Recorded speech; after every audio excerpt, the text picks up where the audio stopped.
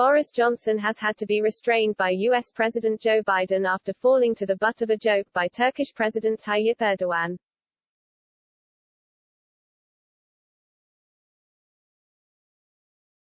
In footage released on social media, Mr. Biden can be seen grabbing Boris Johnson's arm as the PM points back at Mr. Erdogan during a NATO summit in Madrid, Spain.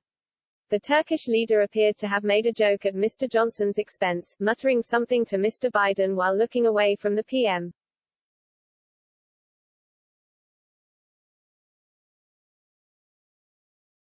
Mr. Johnson then points his finger at the Turkish president, before Mr. Biden reportedly says, "This is a joke, calm down, Boris."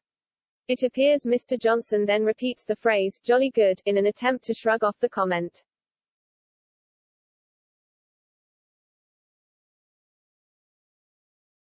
During the NATO summit, leaders have been discussing issues such as the support of Ukraine and how to deal with a Chinese security threat.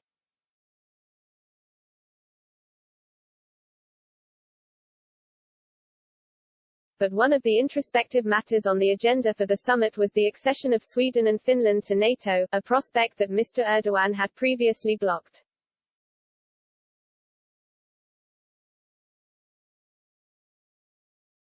Under pressure from fellow NATO members, however, Mr. Erdogan withdrew his opposition to the two Nordic countries joining the alliance earlier this week.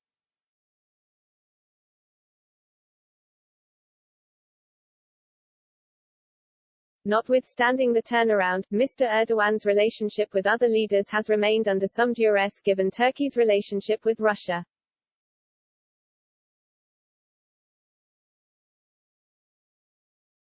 Prior to Vladimir Putin's invasion of Ukraine, Turkey received its first installment of the Russian S-400 missile defense system in the summer of 2019, which automatically triggered U.S.-imposed sanctions.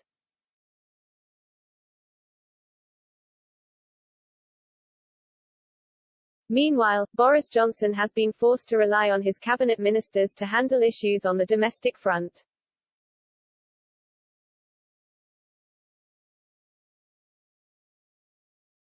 It comes as the Privileges Committee announced it would grant anonymity to anyone that wanted to speak out against the PM regarding whether he lied to the Commons about breaking lockdown rules.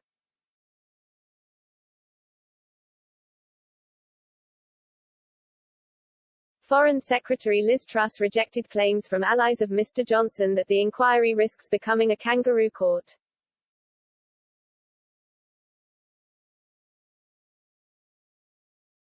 She said on Thursday that she implicitly trusts the Privileges Committee to investigate the Prime Minister and defended the decision for Labour grandee Harriet Harman to chair it.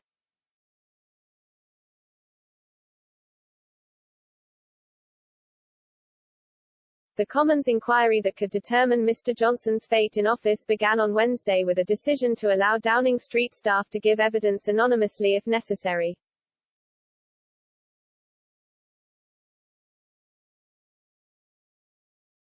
Ms. Harman was elected to lead the cross-party committee, which is expected to begin holding oral evidence sessions in the autumn.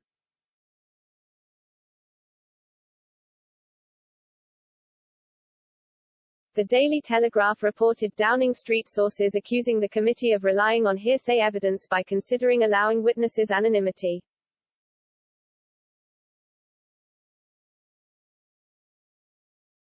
But Ms. Truss said, "I trust implicitly my parliamentary colleagues to listen properly to the evidence and make the right decision."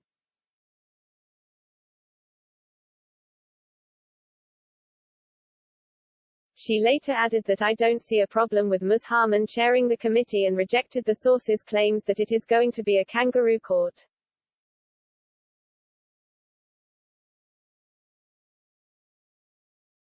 Ms. Truss said, "No, we have these processes in Parliament. The process has kicked off, we now need to wait for the results."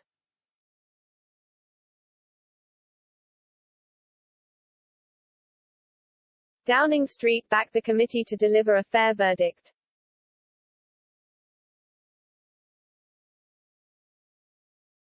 "We trust the committee to take its responsibilities seriously," a Number 10 spokesman added.